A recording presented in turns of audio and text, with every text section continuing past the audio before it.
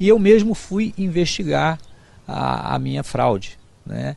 E consegui identificar um dos fraudadores, denunciei isso ao Ministério Público Regional Eleitoral. Ele admite a fraude? Ele admite a fraude foi feita pela empresa na época em ambiente da Diebold, que é a empresa que fabrica as urnas eletrônicas, que é responsável pelo software das urnas eletrônicas. Ele é um dos técnicos engenheiros operacionais, é um técnico de Osasco, inclusive, e ele falou em detalhes como fraudou a minha eleição e como fraudou outras eleições.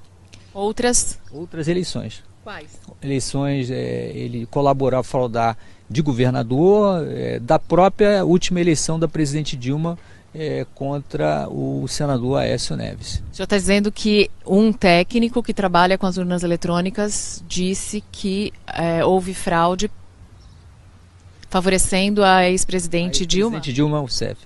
A ex-presidente Dilma Rousseff, ele fraudou, ele prova tecnicamente como foi feita a fraude, ele materializa como foi feita a fraude. Por que isso não se transformou num grande escândalo e anulação das eleições? Mariana, eu até tentei articular com o Ministério Público Eleitoral, dentro da minha diretoria de combate ao crime organizado, com um colega que era chefe da divisão que investiga crimes eleitorais em Brasília, a fazer uma operação de inteligência nas eleições municipais que iam acontecer, né, no próximo ano seguinte, de 2016.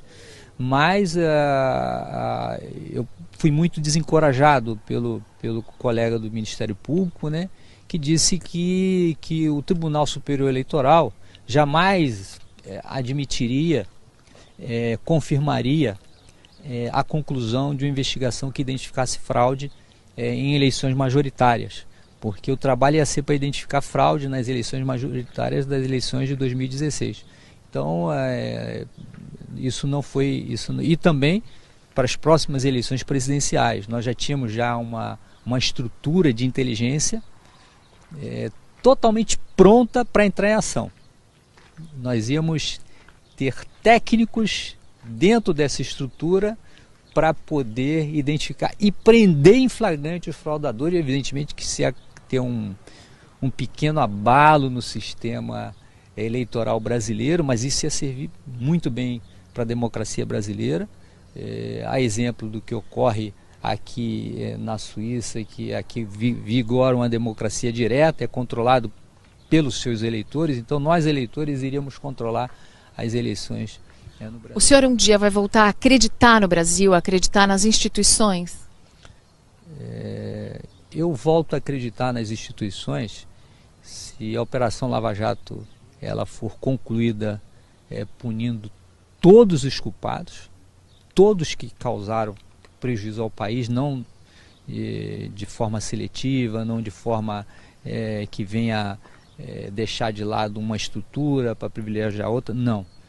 A lei tem que valer para todos e se recomporem as injustiças que cometeram contra mim e contra a minha família. Aí eu volto a acreditar no meu país.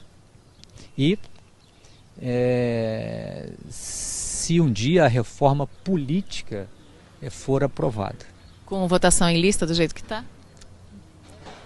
A reforma política passa pela reestruturação do sistema eleitoral eletrônico, de uma fiscalização mais rigorosa, por não admissão de uma eleição com lista fechada, que é uma estrutura antidemocrática no Brasil de hoje.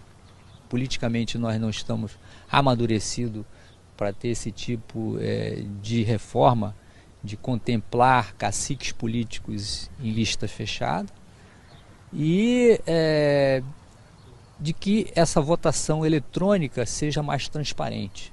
Ou seja, eu, eleitor, eu tenho que ter a ciência de que meu voto foi contabilizado. A partir do momento em que eu, eleitor, eu digo, meu voto não está contabilizado eletronicamente, eu não tenho direito de fazer uma conferência, uma recontagem, aí fica difícil. Você é um Dom Quixote. Já te falaram isso? Já compararam com vários personagens, mas eu me considero um brasileiro que cumpri com o meu dever. Obrigada, Protógenes, por nos receber na Suíça e por essa entrevista.